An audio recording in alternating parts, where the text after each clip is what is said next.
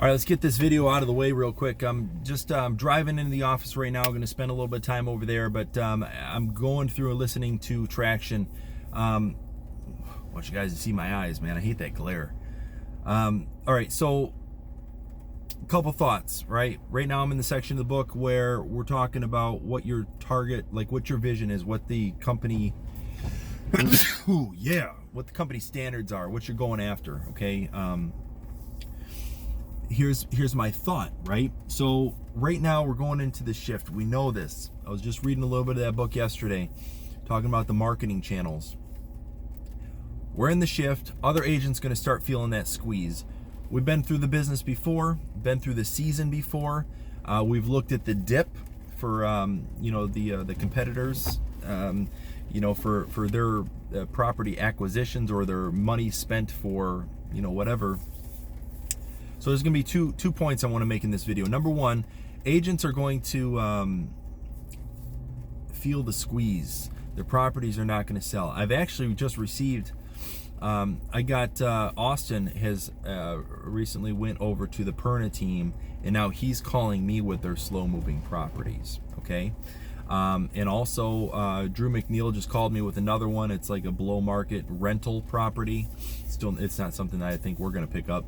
And then another guy, Ron Targansky out of the office, called me, with an estate type of a situation. It's priced at $370, $360 or something like that. And, he's like, well, could you get a cash offer because they need money, right?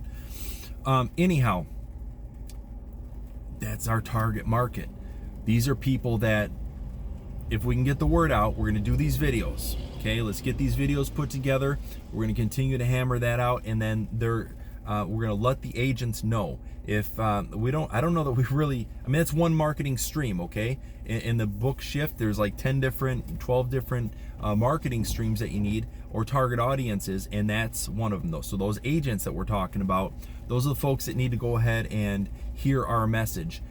Think of me first. I've on the 15th, when we get back from Flip Hacking Live, I've got a web, or not a web, like a podcast. It's a video podcast. Hopefully the weather's going to cooperate. We're going to go out on the boat. But there's a guy who owns a bunch of Remaxes. His name's Levan Wood, Levan Wood. And, a lot of people watch that particular podcast, but he's got Remax agents, okay, that pay attention to him and appreciate what he brings to the table. And now our message to them is, the market's going to slow down. The market is slowing down. Call us when you need your cash offer. So I really believe that we need to hammer it down and focus on that, and capitalize on that. Secondly, we've got two properties that right now that we just put under contract. One of them is Beach Daily. The numbers on that one, Don, I know that we talked like roughly about $100,000 ARV. As I'm going back through and I'm looking at that thing, I think the very confident number is $85,000. Although there's a house a couple doors down that's active on the market, that's a fresh flip, a little bit more square footage, but it doesn't have the garage. That one is listed for $104,000, which is a little bit more. I think the sweet spot for these types of houses, Fellrath and then the Beach Daily house, is probably right $99,000, like $100,000 house. People can afford these, right? So here's what I'm proposing. It may be like the dip that we get with what I was referencing with ROI.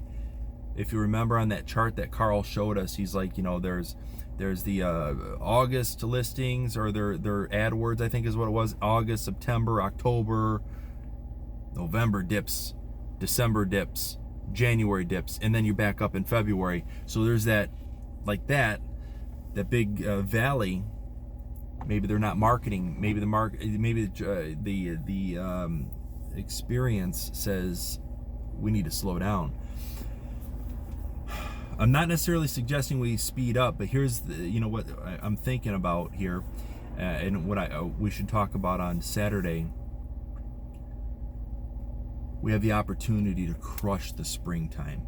We've got a couple flips in the hopper at the moment. We take a look at Beach Daily. We take a look at the Palmer House we just put under contract yesterday for Melvindale.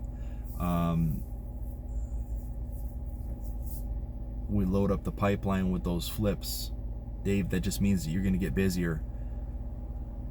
And maybe we deviate from our initial vision on, you know, two wholesale. I think we still need to do the 2 wholesales a month to keep that money going in. But if we could look at the bigger stuff, and if these properties are not moving, because we're still experiencing a little bit of the, like, I would expect that Melvindale property should move very fast. Then the Palmer House, or excuse me, that is the Palmer House, but the Beach Daily property, I mean, John Graham didn't give me an offer on that. I'm going to call him and say, what's up, you know? Is that one price too high? I mean, you know, give me an offer. I mean, we got $21,000 into it. Could we take 31? Yes, we could, but why are we're not even getting phone calls on these things? My big question and concern is why. Is our buyers list not big enough? Is the RIA just not, are people not in, what course of action do we need to take there? Okay, that's a topic for discussion. Why are the listings not moving? Are they overpriced? Or, you know, is it just not that desirable for house flippers right now, as crazy as that sounds? So anyhow, a couple thoughts that are on my mind. I just needed to get that stuff out of there. But, you know, if we end up acquiring more properties, like I expect Felrath is going to be done soon. We'll load up the buyers list for that. We got this, you know, O'Connor's coming up. We got Manchester, you know, and these ones are going to boost. Oh, and here's something profound. Looking at the analytics and the buyers, like what buyers are at what price point. That's what you get to look at when you look at the MLS. When you have active listings, you can actually see the properties and how many hits or opens that they're getting from those emails that their agent set up for them. Madison Heights is hot, man. Like, there's, for the 150 price point, the Harwood House, there's like 1,000 buyers for something like that in the 150 price point for that. So I think that there might be some opportunity to have a future conversation about the what do you call it, the wholesale. Okay, let's take a look at that. But anyhow, I don't want to make this video too much longer because we're already 7.5 minutes. It's crazy. Anyhow, there's thoughts for you guys, and let's continue the conversation.